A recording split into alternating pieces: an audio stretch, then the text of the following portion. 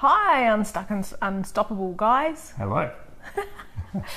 As you'll notice, our live this week is from a different location. We're off the magical couch. We are enjoying a few days away, and that's one of our values. We love to travel, don't we? We love some adventure, love to travel, love to check things out. So here we are in our secret location, and it's absolutely beautiful and tranquil up here. And not everyone has the value of travel, though, do they? No. No.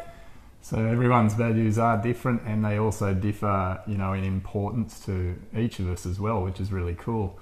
We don't all want the same things, and that's great too. But we definitely do all have, things that we do love to do and experience and that sort of thing too. So we wanted to connect from this location, because we're here at this point in time, but also because we were talking about it, and we sort of, an interesting idea to us is the idea of duality. I mean, not just interesting, it's really powerful in a lot of ways, and duality affects everything and everyone all the time. And we've spoken about duality in our other webinars as well, and we also definitely go into it quite deeply with regard to the Unstuck and Unstoppable retreats, don't we? Definitely, and the online course too. Yep. Yeah, for sure. So we wanted to talk a little bit about duality and in reference to like where we are currently. Yeah, absolutely. So here we are, and we're in this special place. And of course, most of us walk around with this high value on travel and experiences and all that sort of thing, and there's nothing wrong with that. One thing to be sure of, first of all, is to make sure that it is your value, by the way. So just because your peers are getting around traveling, your parents maybe used to travel around, or they're enjoying traveling or whatever, don't feel like you're necessarily, it is your value unless you've assessed it as something that you love to do. So number one, be clear on that.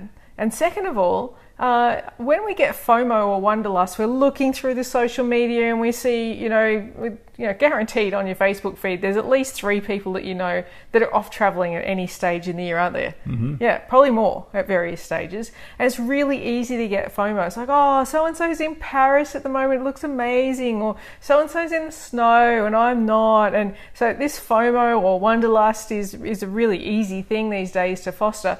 Yeah, once upon a time, someone would send you a postcard in the mail and you'd go, oh yeah, that's nice postcard, whatever. They're back already. They're back already. They beat the postcard. And the only thing you know is that you're going to probably have to sit through a really boring slide night, but that's all done now. We don't do that anymore. We just watch everybody else's travel. And I think that intensifies that FOMO, that wanderlust, and we don't necessarily question if it's real for us or not. We just assume that that's the way we should be. And we also forget about, as Craig was saying, the dualistic side of it is that it's not just all snowballs and fairies and unicorns and rainbows. Travel is hard. You know what it's like when you get home from travel and how relieved you are? That's because travel isn't just always easy.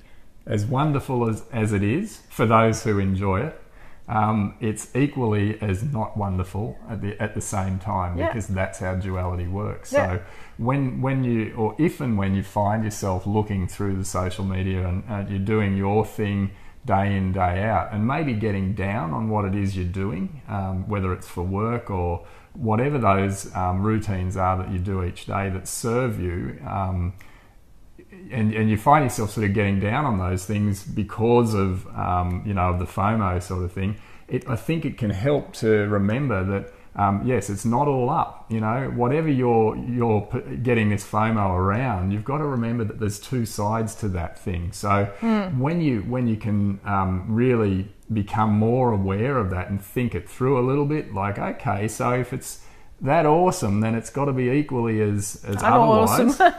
Yeah, equally unawesome. Yeah, that's right. And so it's not to sort of put a downer on any of those things, but it's more because I think we're so addicted to instant gratification now, and have been for some time, and it's not something that's changing by itself unless we become more conscious and start to recognize the duality in everything and bring ourselves back to that middle point instead of going for the up all the time. That's going to change within each of us, but through our own understanding. So once we get an understanding around that, and then we can start to see the dualism, then we can start to come back to that middle point.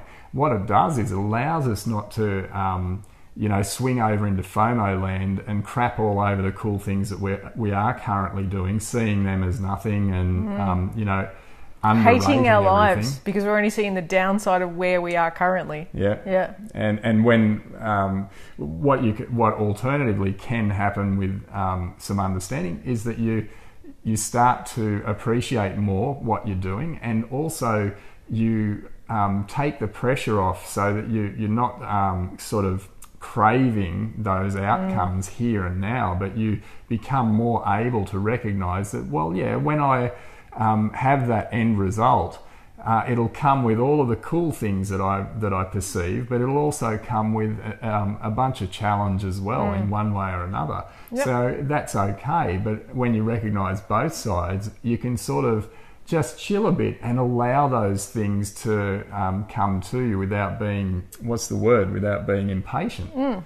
Absolutely. So take some of the suffering out, and that's what we wanted to kind of touch base today on, was to make people a little bit more aware of this propensity to be interested in instant gratification. Absolutely, because we can really beat ourselves up as we're looking through those filtered lives as people are putting them out there in the public, and we're only seeing one side of a two-sided coin. So most of the time you don't hear about they stubbed their toe in the bed in the morning and then they hobbled for the rest of the trip, or they whatever it is that comes up for them. We don't get to see that. All we see is the sunshine, the sunbaking on the beach, the reading a good book, and just, I wish we had it. And of course that, as we know from other webinars, that can hold it away, because you see what you want, you see what you don't have, you reflect on what you don't have more than what you want, and you hold yourself back that way as well.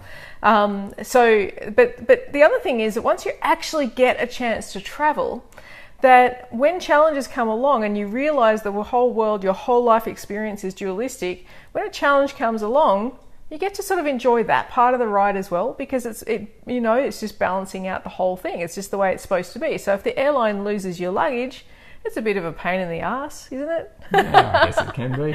Depending on how you look at it, it's all perception. It's all perception, but then they might be something else. Yeah, I had a friend lose some luggage, and they gave them $900 to go shopping, and I thought, man, that's bigger. That's much more than what I would have packed. I wouldn't have packed $900 worth of things. There's a new undies and socks store right there. And then a couple of days later, her luggage got returned anyway. So it's just the way that it goes. There's an up and a down and an up and a down, and 1 minute you're tired and cranky, it doesn't matter. You could be in the most beautiful city in the world. If you're tired and cranky and jet lagged and feeling horrible, you're not necessarily going to be getting the juice out of it. So we see everything as dualistic, and we try and observe the balance and the beauty of the balance, and how that makes the whole life experience so amazing.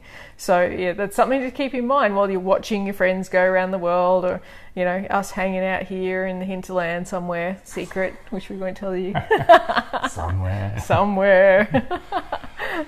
Yeah. So yeah. Do you have anything else to say about that you can think of now? Nothing more to say about that, but really, we just want to encourage you to check out our uauretreats.com website, and email us or get in touch to find out more about the retreats that we're running and our online course as well.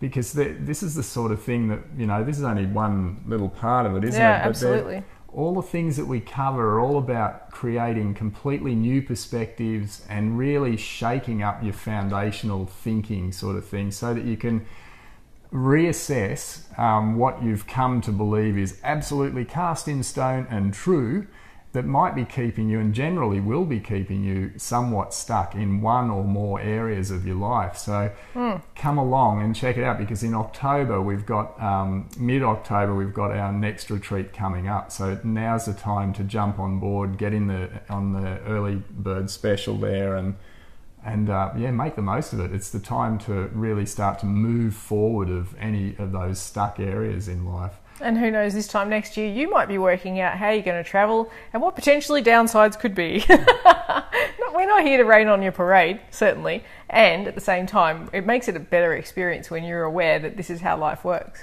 Yeah. So Yeah, cool. Keep up to date with the page, and we will speak with you next week. Awesome. Have a good one. See you guys.